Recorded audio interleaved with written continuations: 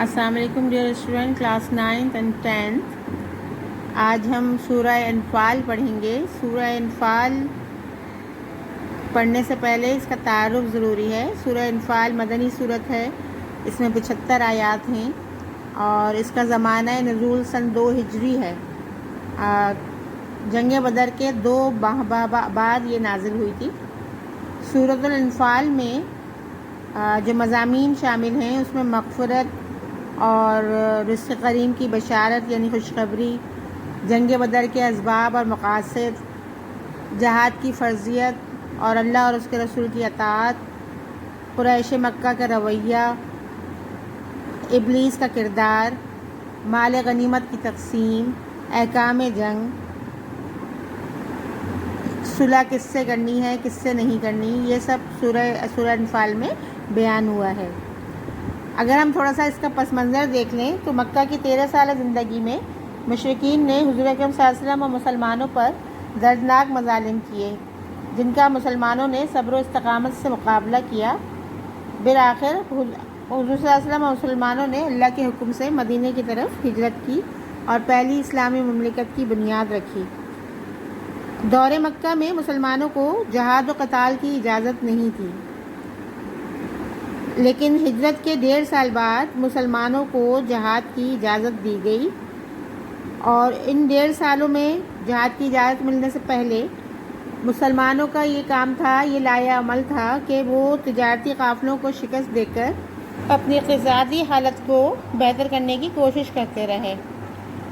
سن 2 ہجری میں حضور اکرم صلی اللہ علیہ وسلم کو یہ معلوم ہوا کہ ایک بھاری تجارتی مہم ابو سفیان کی سربراہی میں شام کی طرف روانہ ہوئی ہے، تو رسول اکرم صلی اللہ علیہ وسلم نے انصار و مہاجرین سے مشورہ کیا اور باہمی رضامندی سے 313 افراد پر مشتمل قافلہ لے کر تجارتی قافلے کی طرف روانہ ہو گئے۔ ارادہ جنگ کا نہیں تھا، اس کی جنگی تیاری بھی نہیں تھی اور اتنا ساز و سامان بھی نہیں تھا،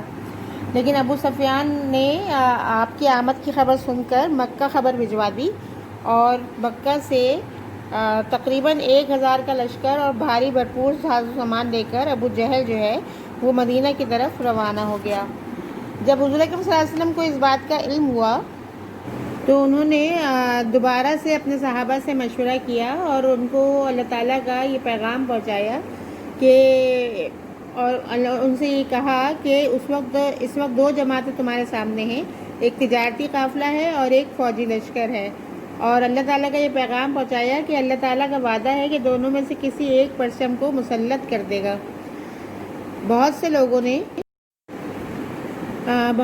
اس سے اختلاف کیا کہ وہ فوجی لشکر کے بجائے تجارتی لشکر سے لڑنا پسند کریں گے۔ حضور اکرم صلی اللہ علیہ وسلم نے اس پر ناگواری کا بھی اظہار کیا، لیکن اس کے بعد اصحاب نے جو ہے مختلف تقریریں کی، لوگوں کو آمادہ کیا اور حضرت سعد بن معاذ کی کوششوں سے کہ چند افراد جو ہے فوجی مہم کے لیے تیار ہو گئے، اور اس طرح بدر کے مقام پر یہ دونوں جماعتیں آمنے سامنے ہو گئیں۔ غزوہ بدر کفر و اسلام کے درمیان ہونے والا پہلا جنگی معرکہ تھا، جس میں اللہ تعالیٰ نے مسلمانوں کو عظیم فتح نصیب فرمائی۔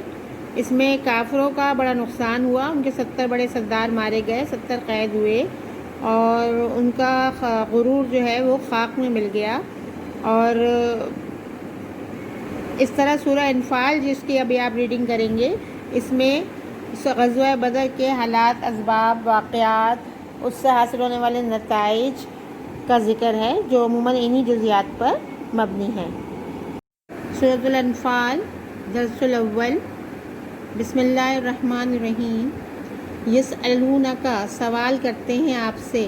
عن الانفال مال غنیمت کے بارے میں، قل الانفال للہ والرسول، قل کہہ دیجئے انفال مال غنیمت ہے للہ والرسول اللہ اور اس کے رسول کا، فاتقوا اللہ پس اللہ سے ڈرو، واصلحوا ذات بینکم اصلحوا آپس میں صلح رکھو، بینکم آپس میں ایک دوسرے کے درمیان، واطیعوا اللہ ورسولہ ان کنتم مؤمنین اگر ایمان رکھتے ہو، ان کنتم مؤمنین اگر تم ایمان رکھتے ہو، اطیعوا اطاعت کرو اللہ کی، اگر ایمان رکھتے ہو تو خدا اور اس کے رسول کے حکم پر چلو۔ ان پہلی آیت کے اندر اس واقعے کی طرف اشارہ ہے کہ جب غزوہ بدر کے بعد مال غنیمت حاصل ہوا تو مختلف لوگ مختلف باتیں کر رہے تھے. مثال کے طور پہ جو سامنے آ کے لڑے وہ کہتے تھے ہمارا مال ہے، جو پیچھے تھے وہ کہتے تھے ہمارا ہے، جو نبی کی حفاظت پر تھے، جو نبی اکرم صلی اللہ علیہ وسلم کی حفاظت پر تھے وہ یہ کہتے تھے کہ مال غنیمت پر ہمارا حق ہے. لیکن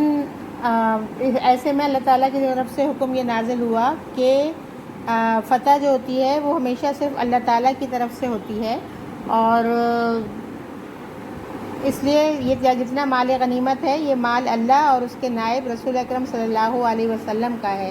تو جس طرح سے اللہ تعالیٰ حکم دیں گے اسی طرح سے مال غنیمت کی تقسیم ہوگی. تمہارا کام کیا ہے؟ تمہارا کام یہ ہے کہ تم اللہ اور اس کے رسول کی اطاعت کرو اور آپس میں جھگڑنے سے بچو. ایک دوسرے سے جھگڑنے کے بجائے آپس میں صلح رکھو، کیونکہ اور تمہارا اولین فرض کیا ہے؟ وہ اللہ اور اس کے رسول کی اطاعت کرنا ہے. انما المؤمنون الذین اذا ذکر اللہ، مومن تو وہ ہیں کہ جب خدا کا ذکر کیا جائے، اذا ذکر اللہ، جب خدا کا ذکر کیا جائے، وجلت تو ڈر جائیں، قلوبہم ان کے دل، واذا اور جب تلیت تلاوت کی جائیں یا پڑھی جائیں، علیہم ان پر آیاتہ اللہ کی آیات، زادتہم زیادہ ہو ایماناً ان کا ایمان، وعلی ربہم یتوکلون اور وہ اپنے پروردگار پر بھروسہ رکھتے ہیں. مومن تو وہ ہیں جب خدا کا ذکر کیا جاتا ہے تو ان کے دل ڈر جاتے ہیں، اور جب انہیں اس کی آیتیں پڑھ کر سنائی جاتی ہیں تو ان کا ایمان اور بڑھ جاتا ہے اور وہ اپنے پروردگار پر بھروسہ کرتے ہیں. ان آیات میں سچے مومنین کی صفات بیان کی گئی ہیں اور یہ بتایا گیا ہے اور یہ حکم دیا گیا ہے کہ لڑنے جھگڑنے کے بجائے آپس میں صلح رکھو، کیونکہ سچے مومن تو جو وہ ہیں جب اللہ کا نام سنتے ہیں تو ان پہ ہیبت اور خوف طاری ہو جاتا ہے. جب آیات اور احکام الہی سنتے ہیں تو ان کا ایمان جو ہے وہ اور زیادہ مضبوط ہو جاتا ہے. اور تیسری صفت کیا ہے کہ وہ صرف اللہ تعالیٰ کے اوپر ہی توکل کرتے ہیں. صحیح ہے. تو مومنوں کا کام کیا ہے کہ وہ لڑنے جھگڑنے کے بجائے اللہ تعالیٰ کے حکم مانیں، اسی کے آگے سر جھکائیں، اللہ کے نام کے اوپر ہی مال و دولت کو خرچ کریں. غرض یہ کہ چاہے عقیدہ ہو، چاہے ایمان ہو، چاہے انسان کا اخلاق ہو، عمل یا مال، ہر چیز خدا کے رضا کے لیے کریں. الذین یقیمون الصلاۃ، اور نماز قائم کرتے ہیں، ومما رزقناہم ینفقون، اور خرچ کرتے ہیں اس میں سے جو ہم نے ان کو دیا ہے. تو ایک مسلمانوں کی ایک اور نشانی کیا ہے کہ وہ اللہ کی راہ میں عبادت کرتے ہیں، اللہ کی عبادت کرتے ہیں اور اللہ کی راہ میں اللہ کے لیے ہی خرچ کرتے ہیں. اولئک هم المؤمنون حقا، اور وہ لوگ ہیں جو مومن ہیں، جو سچائی کے راستے پہ ہیں. لہم درجات، ان کا درجہ ہے عند ربہم اللہ کے نزدیک، ومغفرۃ ورزق کریم، درجے بخشش، عزت اور عزت والی روٹی ہے،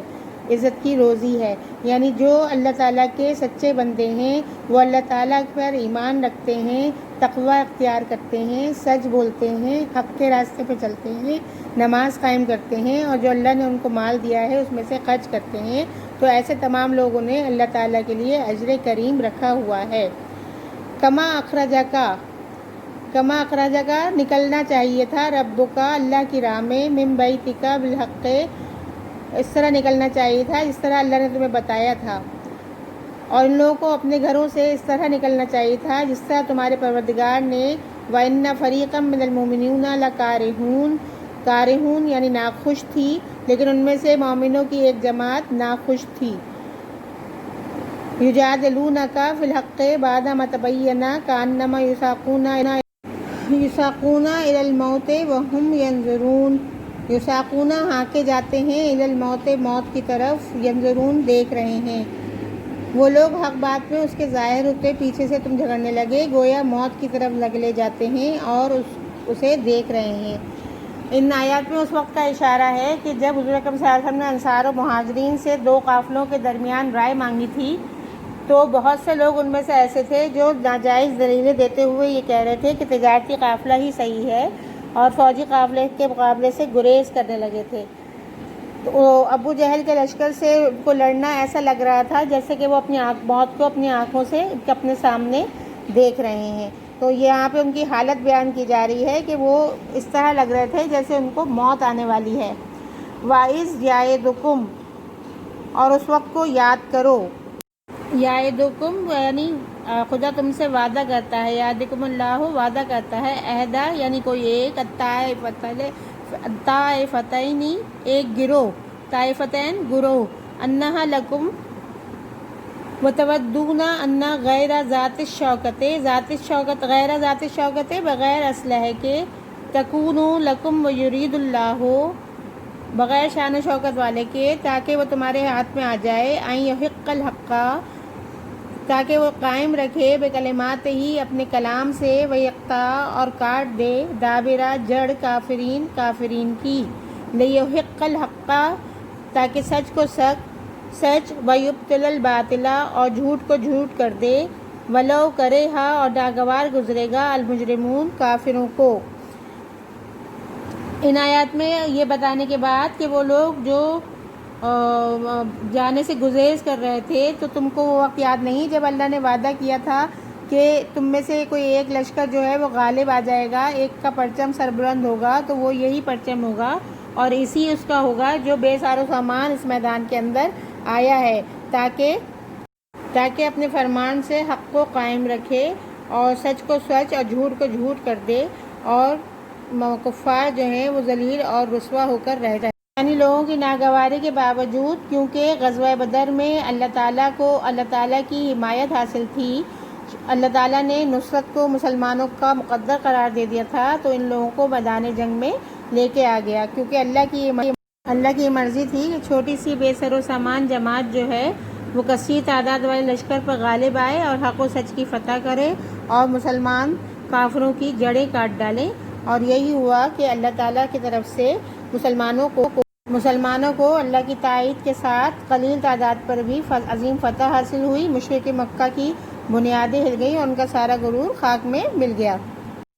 استستغیثون اور جب تم پکارتے تھے، فریاد کرتے تھے، ربکم اپنے رب کو، فاستجابا تو اس نے قبول کی، لکم انی ممدکم مدد کی تمہاری، بِأَلْفٍ ہزاروں، من الملائکۃ فرشتوں سے، مردفین لگاتار آنے والے۔ جب تم اپنے پروردگار سے فریاد کرتے تھے تو اس نے تمہاری دعا قبول کر لی اور فرمایا کہ تسلی رکھو، ہم 1000 فرشتوں سے جو ایک دوسرے کے پیچھے آتے جائیں گے تمہاری مدد کریں گے۔ وما جعلہ اللہ الا بشریٰ ولتطمئن بہ قلوبکم، اور اس مدد کو اللہ تعالیٰ نے بشریٰ خوشخبری بنائی، ولتطمئن تاکہ تم اطمینان حاصل کر سکیں، بہ قلوبکم تمہارے دل، ومن نصر الا من عند اللہ اور مدد تو اللہ ہی کی طرف سے ہوتی ہے، ان اللہ عزیز حکیم بے شک اللہ غالب حکمت والا ہے۔ دیکھیے ان آیات کے اندر اللہ تعالیٰ کی طرف سے نازل ہونے والی اس غیبی امداد کا ذکر کیا جا رہا ہے جو اللہ تعالیٰ نے فرشتوں کی صورت میں کی، کہ فرشتے جو لگاتار آتے تھے، اور یہ اللہ کی طرف سے مدد تھی، کیونکہ بدر کا معرکہ جو تھا وہ مسلمانوں کے لیے ایک سخت اور کڑا امتحان تھا، وہ تعداد میں تھوڑے اور بے سر و سامان تھے، اور ان کے مقابلے میں ایک بڑا لشکر تھا جو جنگی سامان سے بھرپور تھا اور مغرور بھی تھا کہ یہ فتح ان کی ہوگی، کیونکہ مکہ سے وہ کہہ کے نکلے تھے کہ فتح ہماری ہوگی۔ تو مسلمانوں نے بدر کے مقام پہ پہنچ کے جہاں اپنا خیمہ زن ہوئے، جہاں پہ ٹھہرے، وہ ایک ریتیلا علاقہ تھا، تو ریتیلا اور نشیبی علاقہ تھا، تو وہاں پہ ریت بہت زیادہ اٹھتی تھی، گرد و غبار بہت زیادہ تھا، جس کی وجہ سے نہ مسلمانوں کو پینے کا پانی مل رہا تھا اور نہ ہی وضو کے لیے کوئی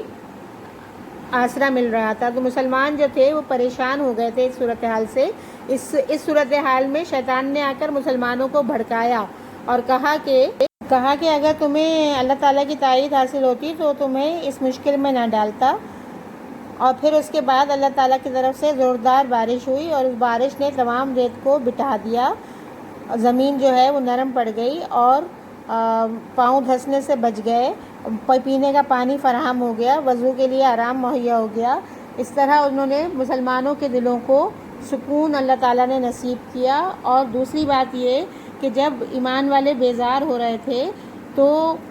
اللہ تعالیٰ نے ان کے دلوں کو آرام دینے کے لیے ان پہ غنودگی طاری کر دی، جس سے وہ تھک کے سو گئے، اور جب وہ سو کے اٹھے تو ان کے دل جو تھے وہ خوف سے آزاد تھے اور جذبہ ایمانی سے اور جذبہ جہاد سے سرشار تھے۔ تو یہ سب مدد اللہ تعالیٰ کی طرف سے ہی حاصل ہو رہی تھی، اور اللہ تعالیٰ بڑی حکمت والا ہے، یعنی ذرا جاننے والا ہے، دانائی والا ہے، اور اس نے اپنی حکمت سے مسلمانوں کی قلیل تعداد کو ایک سکون اور آرام بخشا۔ لگاتار فرشتوں کی مدد سے بارش برسا کر، غنودگی طاری کر کے اللہ تعالیٰ نے مسلمانوں کے دلوں کو تسکین عطا فرمائی۔